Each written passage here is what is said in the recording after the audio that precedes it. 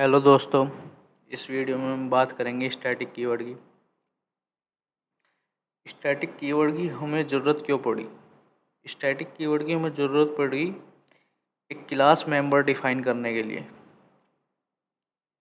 कि हम एक क्लास मेंबर डिफ़ाइन कर दें जिसको हम किसी ऑब्जेक्ट के क्रिएट करे बिना ही हम उसको एक्सेस कर ले।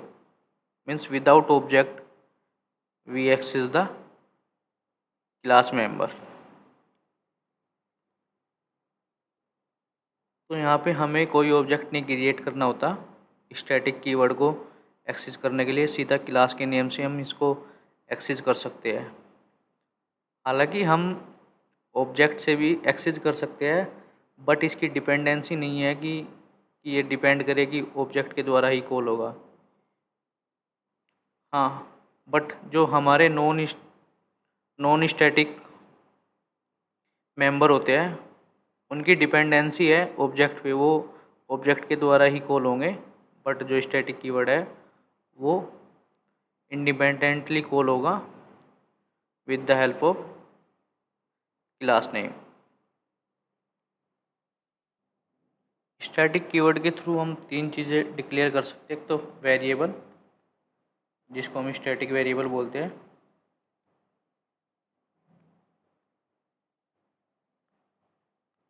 दूसरा स्टैटिक मेथड।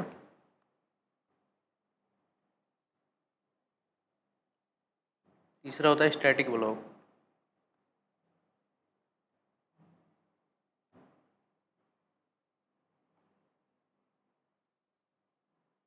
तो जो हमारे स्टैटिक मेथड और वेरिएबल होते हैं इनको हम ग्लोबली भी बोलते हैं, क्योंकि हम इनको क्लास के नेम से कहीं भी कॉल कर सकते हैं, तो हम इनको ग्लोबली भी बोलते हैं। तो एक ज़रूरत हमारी यहाँ पे भी आई कि अगर हमें किसी चीज़ को ग्लोबली एक्सेस करना है तो हम वहाँ पे क्या यूज़ करेंगे? Static keyword.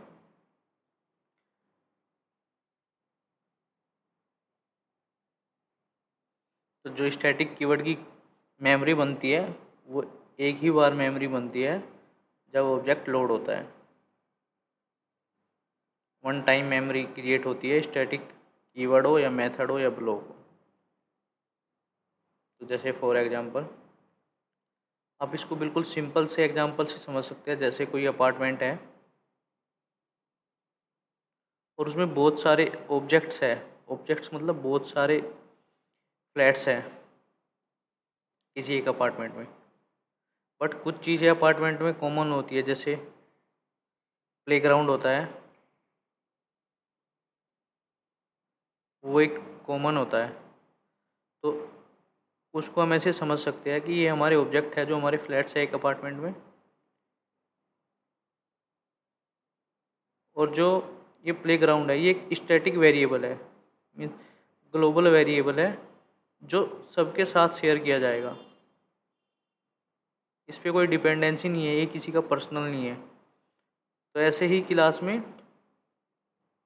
एक स्टैटिक मेंबर होता है जो कि क्लास के थ्रू भी यूज होता है, और जितने भी क्लास उसी सेम क्लास के ऑब्जेक्ट क्रिएट होते हैं उन सब के साथ वो स्टैटिक वेरिएबल या मेथड शेयर किया जाता है।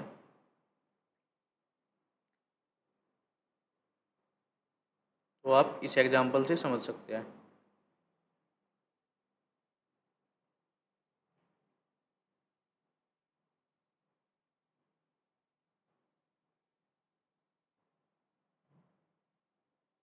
तो हम पहले तीनों चीज़ों को क्रिएट करके देखते हैं। एक क्लास बनाते हैं ए नाम की, उसमें कोई स्टैटिक वेरिएबल है इन टाइप का ए, जिसकी वैल्यू है 10। एक स्टैटिक मेथड है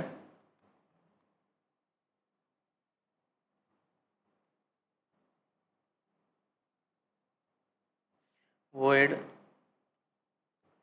डिस्प्ले मैसेज नाम का, जो कि एक स्ट्रिंग प्रिंट कराता है हमारी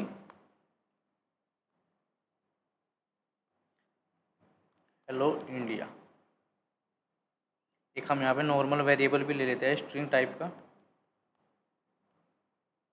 जिसको हम आगे इसी एग्जाम्पल में यूज करेंगे आय के नाम से।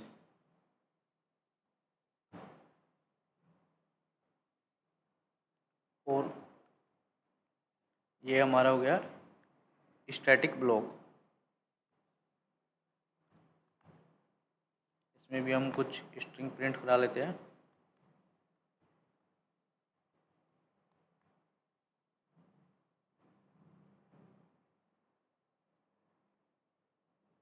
तो जो इन तीनों की मेमोरी बनेगी वो एक कॉमन मेमोरी बनेगी। मीन्स तीनों एक बार ही मेमोरी क्रिएट होगी तीनों की। बट जो हमारी ये स्ट्रिंग है इसकी मेमोरी जितनी बार भी हमारा ऑब्जेक्ट क्रिएट होगा उतनी बार ही मेमोरी क्रिएट होगी। और भी अगर अदर कोई मेथड फंक्शन होते तो उनकी भी मेमोरी उतनी बार बनती जितनी बार ऑब्जेक्ट क्रिएट होता। तो ये चीज़ क्लियर होगी। तो अब बात करते हैं हम स्टैटिक मेथड और स्टैटिक ब्लॉक की। तो स्टैटिक मेथड और स्टैटिक ब्लॉक में केवल हमारे जो स्टैटिक मेंबर होंगे वो ही एक्सेस होंगे। जैसे हम यहाँ पे अगर यहाँ पे हम सॉरी जो हमने स्ट्रिंग क्रिएट करी थी अगर इसको एक्सेस करें तो यहाँ पे एरर आ जाएगा, can not make a static reference to the non static field string. Same यहाँ पे होगा, अगर हम यहाँ पे भी इस स्ट्रिंग को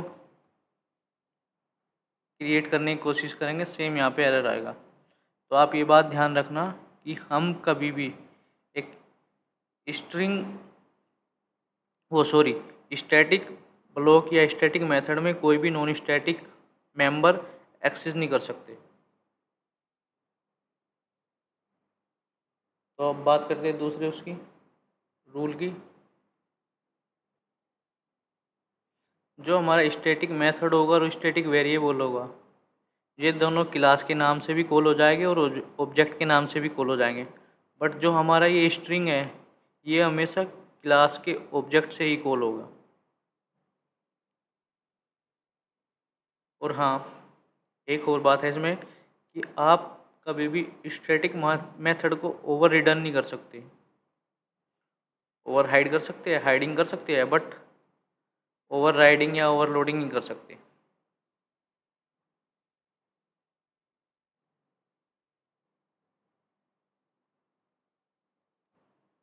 तो अब बात करते हैं स्टैटिक ब्लॉक की। स्टैटिक ब्लॉक जो होता है उसको हम बोलते हैं कि ब्लॉक ऑफ कोड भी बोलते हैं इसको।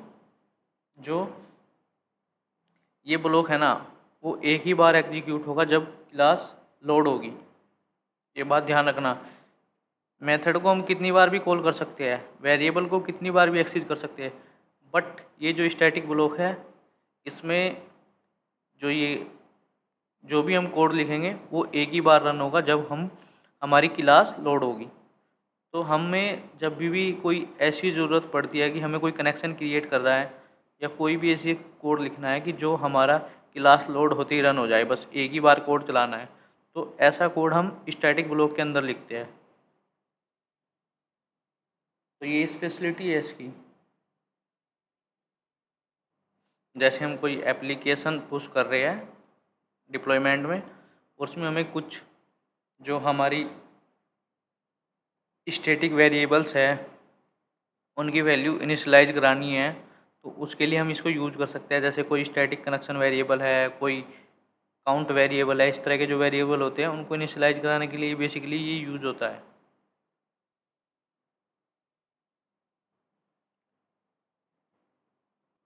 तो अब हम इस प्रोग्राम को रन करके देखते हैं। हम यहाँ पे एक क्लास का ऑब्जेक्ट क्रिएट करते हैं।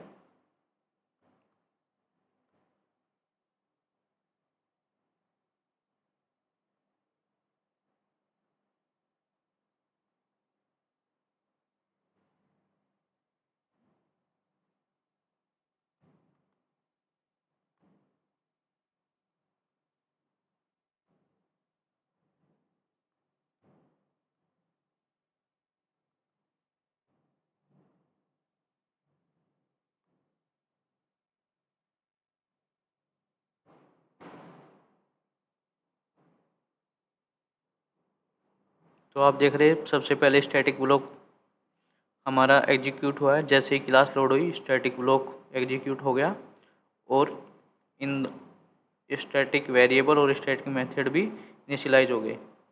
जैसे ही हमारा ऑब्जेक्ट क्रिएट हुआ उसके बाद हमने सबसे पहले कॉल किया स्टैटिक वेरिएबल को और उसके बाद हमने कॉल किया स्टैटिक मेथड को। हम स्टैटिक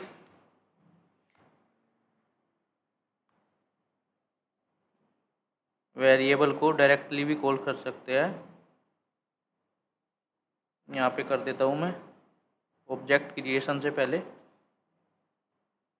ए डॉट और यहाँ पे स्टैटिक मेथड को भी कॉल कर देता हूँ।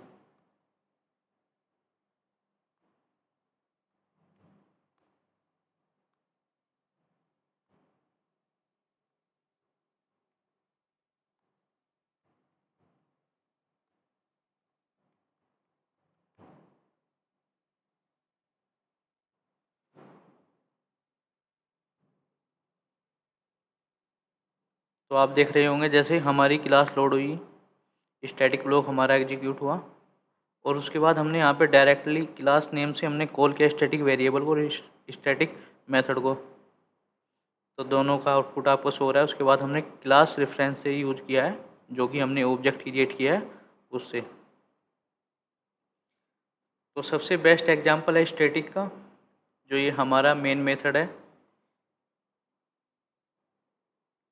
क्योंकि जब JVM प्रोग्राम को रन करता है तो उसके पास कोई ऑब्जेक्ट नहीं होता, तो वो सीधा हमारे क्लास के नेम से एक स्टैटिक मेथड को रन करता है जो कि बाय डिफ़ॉल्ट मेन नाम का होता है। तो सबसे पहले JVM मेन को कॉल करता है और मेन का जितना भी कॉन्टेक्स्ट है उसको एग्जीक्यूट करता है। मेन के बाद ही जावा में सारे जो मेथड्स होते हैं वो एग्जीक्यूट होते हैं। जो भी ऑर्डर फॉलो हमने मेन मेथड में किया होता है उसी ऑर्डर के अकॉर्डिंग सारे जो हमारे मेथड्स या वेरिएबल होते हैं वो एक्सिज और एग्जीक्यूट होते हैं। तो इसीलिए हम मेन मेथड को स्टैटिक रखते हैं। ये हमारे लिए सबसे बेस्ट एग्जांपल है स्टैटिक का और हम इसको डेली यूज़ करेंगे पाइथन की प्रोग्रामिंग में।